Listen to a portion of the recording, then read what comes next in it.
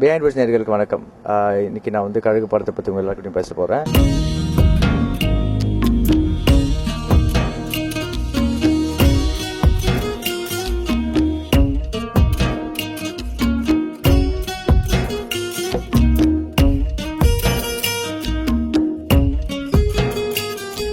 இங்கே கேள்வி கேட்குறாங்க.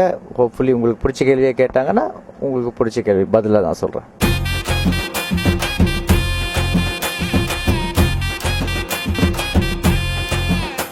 கழுகு படம் ஏன் ஒத்துக்கிட்டான்னா எனக்கு அந்த சப்ஜெக்ட் ரொம்ப பிடிச்சிருந்துச்சு. அலிபாபா முடிச்ச உடனே கேட்ட கதை இது. அப்புறம் ஒரு யூனிக்கான பேக்ரவுண்ட். எல்லாருமே வந்து டிஃப்ரெண்ட் ஸ்கிரிப்ட் டிஃப்ரெண்ட் ஸ்டோரின்னு தான் சொல்கிறாங்க தவிர நான் முதல் தடவை ஒரு டிஃப்ரெண்ட் ஸ்கிரிப்ட் டிஃப்ரெண்ட் பேக்ரவுண்ட் நான் கேட்டேன். ஸோ இதையே நம்ம பண்ணக்கூடாது. அதாவது ஒரு சூசைட் பண்ணிக்கிறவங்கள வந்து கொண்டு வந்து அவங்களோட சொந்தக்காரங்களுக்கு அவங்க அம்மா அப்பா கிட்ட கொடுக்குற ஒரு கேரக்டர்னா அவனோட லைஃப் எப்படி இருக்கும்னு யோசிச்சு பார்த்தேன். இன்ட்ரெஸ்டிங்காக இருந்தது. ஸோ நான் ஒத்துக்கிட்டேன். மிச்ச கதை நான் சொல்ல மாட்டேன். என் பேரு சேரா. நான் ஒரு டாக்டர். நான் பண்ணாத ஆபரேஷனே இல்லை. டேய் நிறுத்து. அவங்க கேக்குறாங்கிறதுக்காக உன் இஷ்டத்துக்கு அள்ளி ஊத்துற. டாக்டருக்கு எத்தனை எழுத்துன்னு தெரியுமாடா உனக்கு? அவன் சொன்னதுலயே அவன் பேர் மட்டும் தாங்க உண்மை. நல்லா குடிப்பான். கோவம் வந்துச்சுன்னா அவனா தூக்கி போட்டு மிதிப்பான். அவனை விடுங்க. என்ன பத்தி சொல்றேன் கேளுங்க.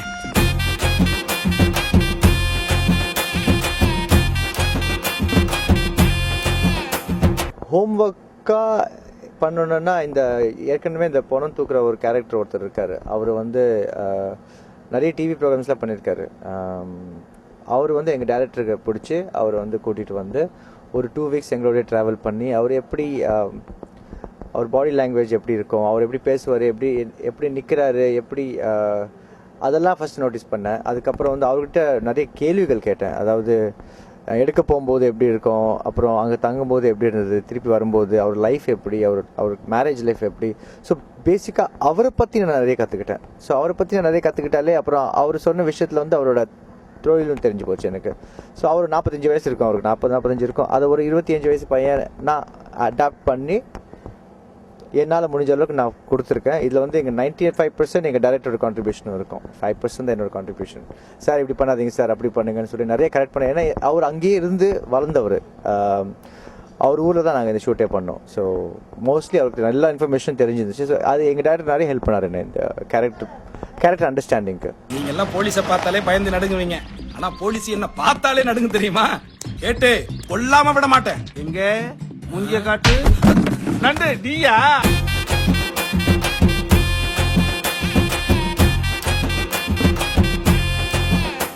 ஷூட்டிங் நடந்த இடம் வந்து சூசைட் பாயிண்ட் கிடையாது.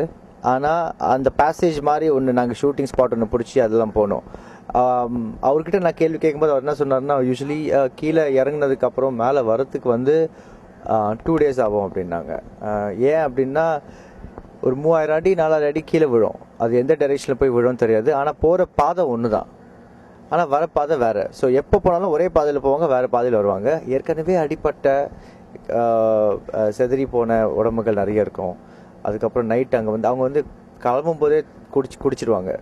மேலே வர வரைக்கும் குடிச்சிக்கிட்டே இருப்பான்னு சொல்லுவாங்க. ஏன்னா கொஞ்சம் அப்போ தான் மறுத்து போன எஃபெக்ட் ஒன்று வரும். நைட்டு தூங்கும்போது வந்து யாராவது ஒருத்தர் முடிச்சுட்டே இருப்பாங்க. ஒரு ஒரு ஒரு ஒரு ஒரு ஆவி கத்துற சத்தம் கேட்டுகிட்டே இருக்குன்னு சொல்லுவாங்க. நிறைய வாட்டி வந்து அது எந்த திசையிலேருந்து வருதோ அந்த திசைக்கு போனால் அந்த பாடி கிடைக்கும்னு சொல்லுவாங்க. ஸோ இந்த மாதிரி பயங்கரமான விஷயம்லாம் சொல்லி என்னை பயமுறுத்தி என்னை இந்த கேரக்டருக்குள்ளே இறக்க ட்ரை பண்ணார். நான் பயந்துகிட்டே தான் பண்ணேன். பட் நாங்கள் இறங்கின இடம் வந்து கொஞ்சம் சேஃபான இடம். பட் ஸ்டில் ரிஸ்க் நிறைய இருந்தது.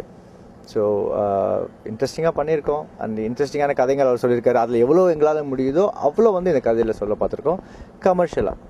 இவனுங்களை பற்றி நான் சொல்கிறேங்க. சித்தப்பு அசிங்கப்படுத்தாதையா. செய்யற தொழில சொல்றதுக்கு என்ன வெக்கம்? கொடைக்கானல் மலையில சூசைட் பண்ணிக்கிறாங்கல்ல, அவங்க பாடிய மேல தூக்கிட்டு வர்றதாங்க இவங்க வேலை.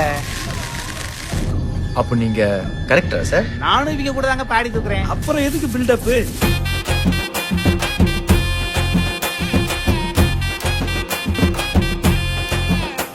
மலையில் இறங்குறதுக்கான ட்ரைனிங் எதுவுமே நாங்கள் பண்ணலை. உண்மை அதுதான். ஆனால் எங்கள் கூட தம்பி ராமையா சாரும் கருணா சாரும் ரிஸ்க் எல்லாம் எதுவும் பார்க்காம அந்த ஸ்லிப்பரி ரொம்ப வழுக்கலாக இருந்தது. ஏன்னா மழைலாம் பெஞ்சு நிறைய ஒரு ஸ்டெப்பு தப்பாக வச்சாலே உருண்டு போயிடலாம். ஸோ ஒருத்தர் கை ஒருத்தர் பிடிச்சிட்டு இறங்கணும். ஸோ அது முன்னாடியே ட்ரெயின் பண்ணியிருக்கணும், ஆனால் பண்ணலை. அது ஒன்று. அதுக்கப்புறம் வந்து கிளைமேட் மாறிக்கிட்டே இருந்ததால் எங்கள் கேமராமேனுக்கு நிறைய ரொம்ப சேலஞ்சிங்காக இருந்தது. ஒரே மூடு காட்டணும், ஆனால் வந்து 5 நிமிஷத்துக்கு ஒரு மழை பெய்யும், அப்புறம் வெயில் அடிக்கும், அப்புறம் குளிரும், அப்புறம் சன்னே போயிடும். ஸோ இந்த மாதிரி எராட்டிக் கிளைமேட்டிக் கண்டிஷனில் கூட ஷூட் பண்ணியிருக்கோம் நாங்கள். ஸோ ட்ரைனிங்காக எதுவும் பண்ணல, ஆனால் என்ன ஆன் த ஸ்பாட்டு என்ன முடியுமோ அதை பண்ணிவிட்டு 2-3 வாட்டி ஷூட்டிங் தள்ளி போயிருக்கு. ஏன்னா அட்டை கிட்டெல்லாம் கடிச்சு, அட்டை இருக்கிற மேட்டர் எல்லாருக்கும் தெரியும், அதுக்கான ப்ரிகாஷன்ஸ் எல்லாமே எடுத்துக்கிட்டோம். இருந்தாலும் அட்டை கடி இருந்தது நிறைய பேருக்கு. ஸோ அதை எங்களால் அவாய்ட் பண்ண முடியல.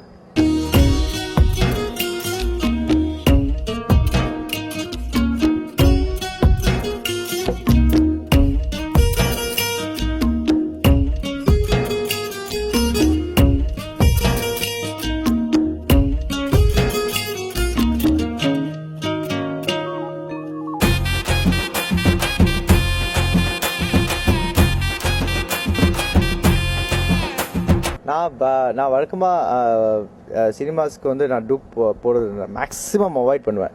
ஏன்னா என்னோட ஃபிலாசபி என்னன்னா, உன்னால் அதை பண்ண முடியலன்னா அது ஏன் நீ பண்ணிக்கிட்டு. ஸோ நம்மளால் ஒரு விஷயத்த ஒரு சினிமாவில் அந்த கேரக்டராக பண்ண முடியலன்னா அந்த விஷயம் அதில் சினிமாவில் இருக்கக்கூடாதுன்னு ஒரு ஸ்ட்ராங்காக நம்புகிறேன் நான். ஸோ அதனாலே மேக்ஸிமம் டூப்ஸ் அவாய்ட் பண்ணுவேன். ஸோ இதில் வந்து அவ்வளோ ரிஸ்கியாக எந்த ஷார்ட்டும் இல்லாததால் எல்லாமே என்னாலே பண்ண முடிஞ்சுது. So there was no dupe at all. எனக்கு மட்டும் இல்லை, அந்த ரிஸ்கியான அந்த இடத்துல வந்து இறங்கி திருப்பி மேலே ஏறுறதுக்கான ரிஸ்க் எனக்கு மட்டும் இல்லை, நம்ம கோ ஆர்டிஸ்ட்க்கும் இருந்தது. தம்பி ரமேஷ் சாரும் கருணா சாரும் ஹெசிடேட்டே பண்ணாமல் இறங்கினாங்க. ஏன்னா இங்கேருந்து பார்க்கும்போது ரொம்ப ஆழமாக தெரியும், இறங்க வழுக்கெல்லாம் தெரிஞ்சுக்கிட்டே இருக்கும், கீழேருந்து பார்த்தா ரொம்ப மேலே தெரியும். ஸோ இட் வாஸ் கொஞ்சம் டேஞ்சரஸான ஏரியாஸ். பட் ஏதோ சமாளித்து 45 நாள் உட்காந்து ஷூட் பண்ணி முடிச்சிட்டோம் அந்த இடத்துல.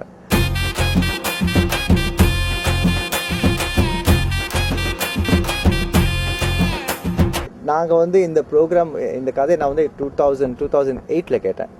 2008 எண்டில் நான் இந்த கதையை கேட்டுட்டு அதுக்கப்புறம் அவர் ஒரு ப்ரொடியூசர் வச்சுருந்தாரு. நிறைய இஷ்யூஸ் ஆச்சு, 5 ப்ரொடியூசர் மாறிச்சு.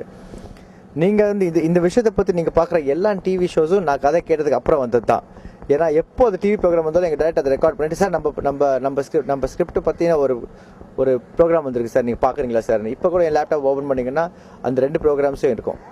ஸோ கொஞ்சம் பாருங்கள் சார், கொஞ்சம் கேளுங்க சார்னு ரொம்ப ஃபோர்ஸ் பண்ணி என்னை பார்க்க வச்சு நிறைய இது அவர் அப்போ தான் தெரியும் நான் மீட் பண்ண ஆளும் டிவியில் வந்தாலும் ஒரே ஆள் அப்படின்னுட்டு.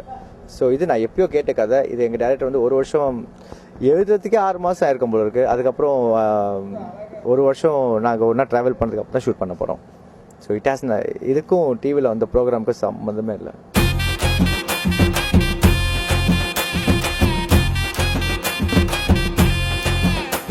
எல்லா படத்துலையும் ஏதாவது சொல்ல வரணுன்ற அவசியம் இல்லை சார்.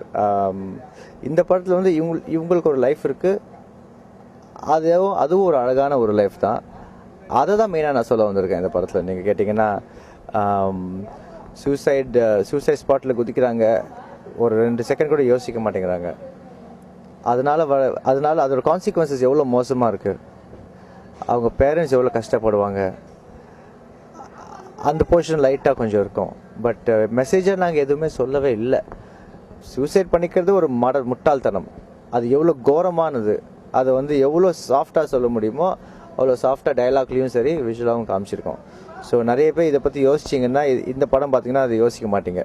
அப்பா அம்மாக்காக வாழலாம், ஃப்ரெண்ட்ஸ்க்காக வாழலாம்னு சொல்லிட்டு they'll feel better, they'll feel nice. ஏன்னா பிகினிங் அவ்வளோ சாஃப்டாக இருக்கும். கதையில் நாங்கள் சூசைட் பற்றி பேசவே மாட்டோம், ஆனால் ஒரு லைன் மட்டும் கிராஸ் ஆகி போயிட்டே இருக்கும் உங்களுக்கு. ஏன்னா சமைக்கிறவங்க எப்பயுமே சமையலை பற்றியே பேச மாட்டாங்களே. ஸோ நீங்கள் அப்படி யோசிச்சு பாருங்கள்.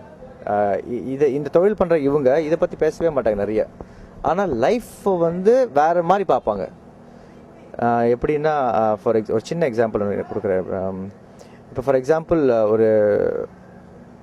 ஒரு டெத்துக்கு நம்ம போகிறோம்னா அங்கே இருக்கிறவங்க எல்லாருமே அழுதுட்ருப்பாங்க. ஆனால் அந்த மார்ச்சரி வேனை எடுத்துகிட்டு வர்ற ஆளுங்க அழுவ மாட்டாங்க.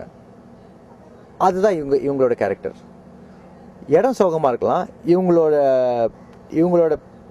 இவங்க ஆங்கிளில் பார்க்கும்போது அது சோகமாக தெரியாது. ஸோ ஒரு மிக்ஸ்ட் இமோஷன் இருக்கும் இந்த படத்தில் நீங்கள் பார்த்தீங்கன்னா. So it's very interesting. ரொம்ப கஷ்டமாகவும் இருக்காது. என்ன நடக்குது இவங்க லைஃப்பில், அடுத்தது என்ன நடக்குதுன்னு ஒரு இன்க்யூசிட்டிவ்னஸ், ஒரு க்யூரியாசிட்டி, ஒரு இன்ட்ரெஸ்ட் இருந்துக்கிட்டே இருக்கும். ஸோ அது ஹோப்ஃபுல்லி எங்கள் டைரக்டரும் கொண்டு வந்திருக்கான்னு நினைக்கிறேன். நீங்கள் தான் பார்த்து சொல்லணும். நான் பாட்டுக்கு சுற்றிட்டு இருந்தேங்க, இந்த சித்து தான் எனக்கு எடுத்தான். அவன் உன்னை பார்த்தான்.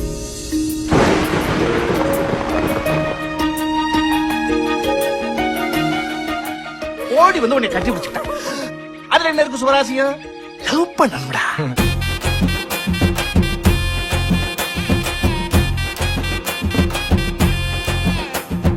அதான் சொல்லிட்டேனே. ஃபார் எக்ஸாம்பிள் எங்க 3 பேரோட கேரக்டர் ப்ளஸ் இன்னொரு பையன் இருக்கான். அந்த பையன் ஊமா படத்தில் எங்கள் 4 பேரை பற்றி நான் மெயினாக இந்த கதை.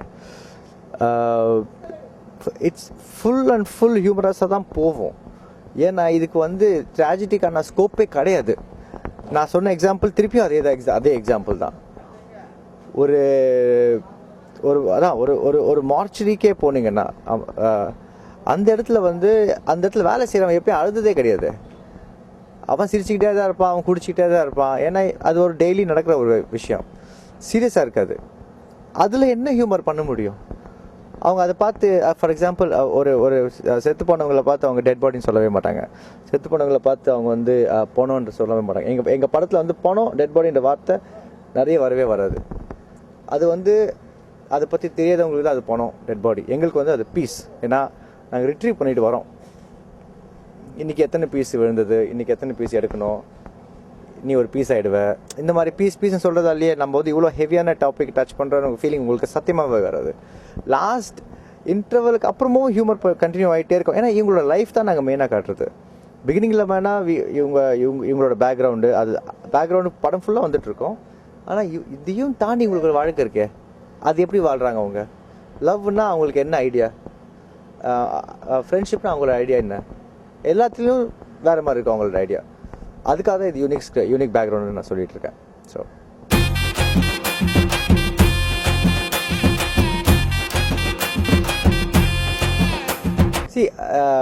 ஒரு சாங்கே இருக்குது. இப்போது இங்கே 4 பேர் எடுத்துக்கிட்டிங்கன்னா இந்த கதையில் இருக்கிற 4 பேரும், இந்த 4 பேருமே வேறு ஜென்ரேஷன்லேருந்து வந்திருப்போம். ஸோ தம்பி ராமியா வந்து மூத்தவர், அதுக்கப்புறம் கருணா சார், அதுக்கப்புறம் நான், அப்புறம் இன்னொரு பையன். இல்லை நாங்கள் 2 பேரும் ஒரே, ஏன்னா 3 ஜென்ரேஷன் தான் காட்டுவோம் மெயினாக, நானும் அந்த ஊமை பையனும். இப்போ என்னாச்சுன்னா ஒரு சாங்கும் பாடியிருப்போம். அதாவது இப்போ பிஸ்னஸ்லாம் ரொம்ப டல்லாக இருக்குது, ஏன் அப்போ பிஸ்னஸ்லாம் ஃபஸ்ட் கிளாஸாக இருந்திருக்கோம்லன்னு சொல்லப்போ அவர் சொல்லுவார். ஒரு சாங்கில் யுவன் சார் வந்து பயங்கரமாக கம்போஸ் பண்ணியிருக்கார் தலைவர். அவர் சொல்லுவார் வந்து அவரோட காலத்தில் வந்து லவ்ன்றது வந்து ரொம்ப புனிதமாக இருந்தது. எப்படி வந்து ஒருத்தர் வீட்டில் ஒத்துக்கலனாலும் ஏதாவது ஒரு பிரச்சனை வந்தாலும் 2 பேரும் சூசைட் பண்ணிக்கிறாங்க. ஸோ அப்போ 2 பீஸாக எடுத்துகிட்டு இருந்தார் அவருன்னு பாடுவார். அது கொஞ்சம் ஹியூமரஸாக பாடுவார்.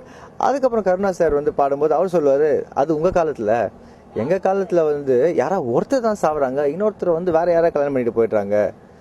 ஸோ எண்ணிக்கை குறைஞ்சிட்டு போச்சு, நாங்கள் கம்மியாக தான் தூக்கணும். ஸோ நான் பாடும்போது எப்படி பாடுவேன்னா அதே பாட்டை. இப்போ சூசைடுன்றது கான்செப்டே கிடையாது. இன்றைக்கி லவ் பண்ணுறாங்க, நாளைக்கு அவங்களே ஃப்ரெண்ட்ஸாக சுற்றிட்டு இருக்கிறாங்க, எவனுமே சாக மாட்டேங்கிறான். ஒரு லவ் தோற்று போச்சுன்னா 2 லவ் இருக்குதுன்னு ஒரு லிரிக்கலாக போவோம். ஸோ அதான் எங்களோட ரிலேஷன்ஷிப்போட பியூட்டியே. கதை ஃபுல்லாக அந்த லைன் டச் பண்ணிகிட்டே போவோம். இந்த 3 ஜென்ரேஷன்ஸையும் டச் பண்ணிகிட்டே போகிறதால கம்ப்ளீட் ஹியூமர் தான் ட்ராவல் பண்ணிருக்கோம் இந்த கதை ஃபுல்லாகவே. ஸோ நீங்கள் பார்த்தா உங்களுக்கு தெரியும், உங்களுக்கு அந்த பெயினே இருக்காது. உங்களுக்கு வெளில வந்துட்டு ஒரு நல்ல படம் பார்த்துருக்கோமே அப்படின்னு ஒரு ஃபீலிங்கை தவிர வேறு எந்த ஃபீலிங் வராதுன்னு நினைக்கிறேன், நம்புகிறேன்.